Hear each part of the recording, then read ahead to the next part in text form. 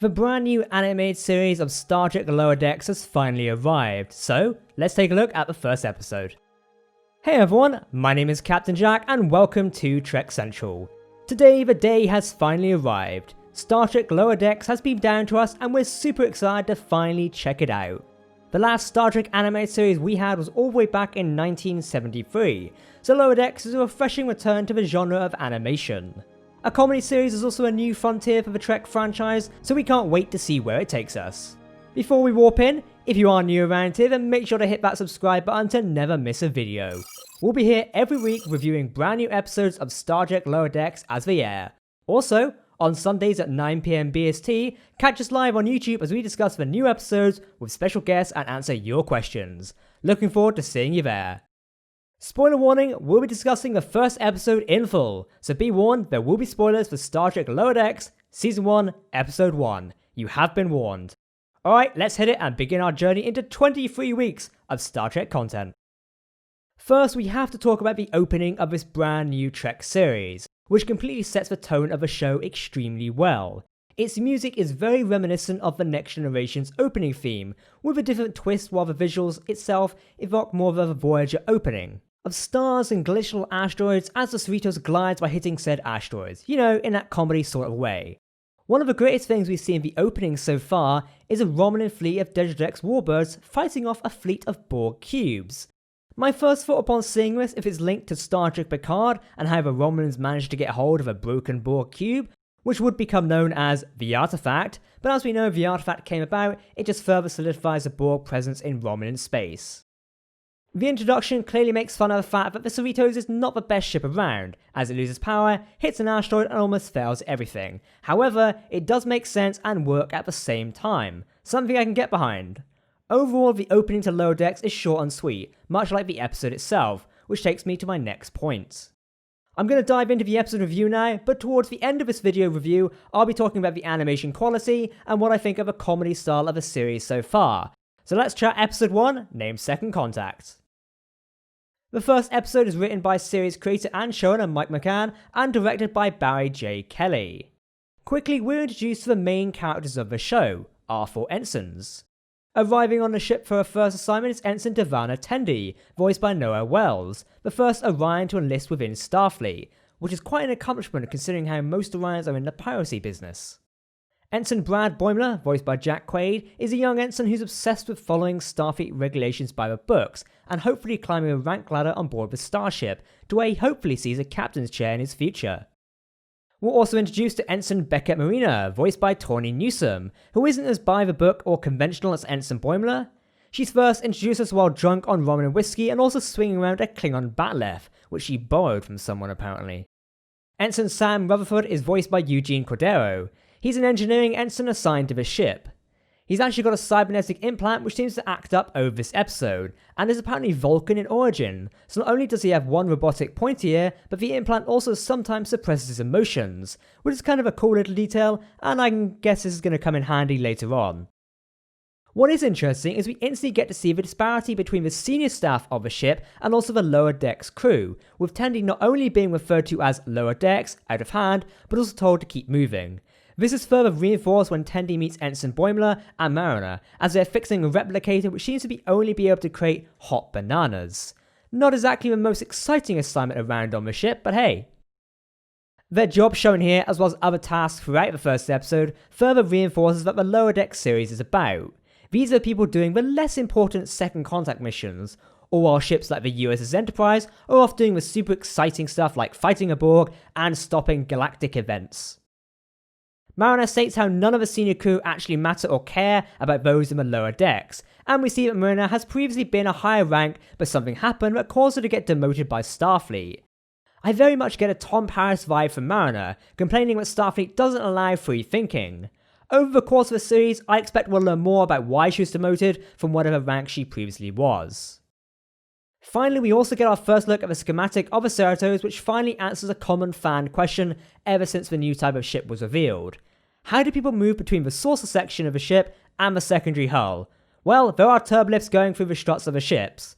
Question solved everyone, we have our answer, everyone can stand down. Now apparently the lower decks crew sleep in bunks in the corridor of the Cerritos, which I think is a really cool detail and makes sense as the Cerritos does not have that much space as the Enterprise would have. And it's always great to hear about a sonic shower reference as well. We never get enough of those.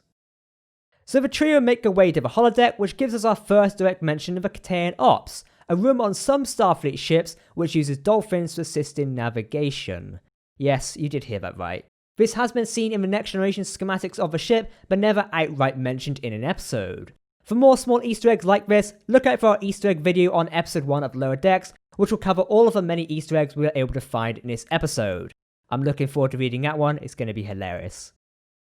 And the absolute worst joke in the entire episode goes to the one in the holodeck, in which Boimler describes sand as getting everywhere and giving you a rash, which to me has to be an intentional riff on the infamous Star Wars line, I hate sand, it's coarse, it's rough, and it gets everywhere. Just me with that one? Anyway, we got our first look at the planet Orion, which obviously Tendi is from as she is an Orion, which is definitely less sleazy than most of us expected, but I guess we shouldn't judge Orions by all of the Orion pirates we've seen throughout Trek, even if we've only just seen them. Now, Marina's holodeck program of choice is an all-nude Olympic training gym, which is filled with naked buff men. I definitely didn't expect this, but I'm not surprised that such programs are used in Starship holodecks. Some officers may enjoy the thrilling classics of Sherlock or Dixon Hill, where others like Mariner enjoy and find other holodeck programs it seems. Again, I'm sure everyone has some extravagant program they could run on a holodeck before. If you feel brave enough, tell me what you think of that down below in the comment section. Throughout Lower Decks, we all see the bridge crew of the USS Cerritos dealing with big plots which are common in other Trek episodes, whereas the crew of Lower Decks have plot lines which are much more personal and intimate, which I feel is really well shown off in this episode alone.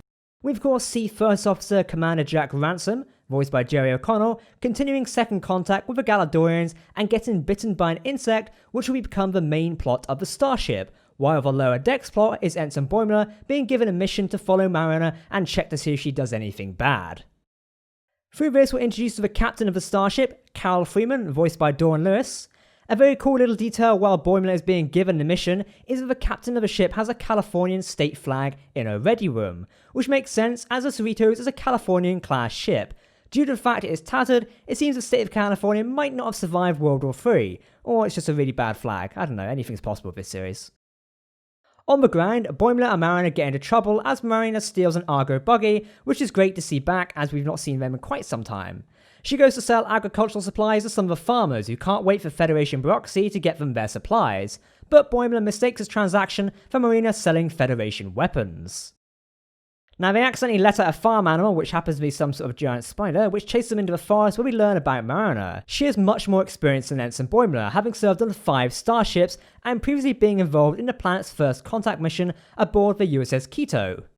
Now the spider attacks dummies of Mariner and Boimler, and long before attacks Boimler and starts suckling on him. Yes, you did hear me say that right. Yeah, the spider is apparently a herbivore and is just suckling out the moisture of Ensign Boimler. A completely harmless endeavour as Mariner sits by drinking spider milk with some local Galadorian farmers. While the away mission is going on, the infection of Ransom brought on board via the insect bite starts to spread as he mutates into a zombie and proceeds to bite his nearby officers.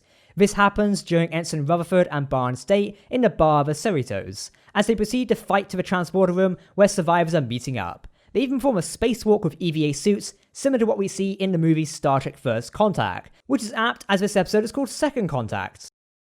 Now Tendi gets her first medical bay experience during this zombie outbreak, as she is instantly put to work by the Katean Dr. Tanana, who is voiced by Gillian Vigman. Honestly, I think Dr. Tanana is going to be my favourite character in Lower Decks. Her attitude towards the work around it is hilarious. If I was on a starship and putting up all of this, I think I'd be like her at this rate, let's be honest. We're also introduced to Shax, the chief of security aboard the ship. As the away team beam back up and are confronted by the out-of-control zombie situation, Captain Freeman is asking Shax what her options are, which she delivers the best line of wanting to blow up the ship by detonating the warp core. I think we'll notice a recurring theme here, with Shax wanting to blow something up or shoot it.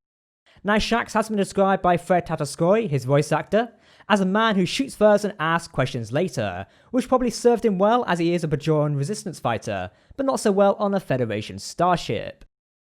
Dr. Nana notices that the slime which Ensign Boimler is covered in, albeit by sniffing him, which is weird and a funny detail, she deduces that Boimler is useless, but the slime he is covered in, kind of disgusting when you think about it, is apparently the key to solving the impending crisis aboard the starship. As the crew fight their way to the medical bay with Shax carrying Boimler on his shoulder, they arrive and Dr. Tanana has a holy shit moment when she realizes the slime completely neutralizes the zombie virus. Luckily for us, she is able to quickly synthesize a cure and test it on Commander Ransom, who upon returning to normality is distraught upon eating human flesh. Yeah, it's a bit disgusting when you think about it, isn't it? Lovely. Now the vaccine is actually distributed to the rest of the ship via the ventilation system and the crew returns to normal. Captain Freeman informs Dr. Nan that she gets to write another award-winning paper, and the bridge crew leave the lower decks crew without even a thank you, but apparently getting a whole heart is another reward for Ensign Tendi. After Ensign Boimler's debriefing where he stands up for Mariner, Captain Freeman gets a communication from a Starfleet Admiral, with them discussing what to do about Ensign Mariner. It turns out that Mariner is the Captain and Admiral's daughter, who are simply struggling to deal with their daughter, and probably explains why Marina doesn't like the senior staff. And then finally, the episode finishes in the bar, with friendships happening between Tendi and Rutherford, and then Mariner and Boimler, with Mariner offering to become Boimler's mentor, or as Mariner says, you can become my Chadich. And that is it for the first episode of our new Trek animated series, Star Trek Lower Decks.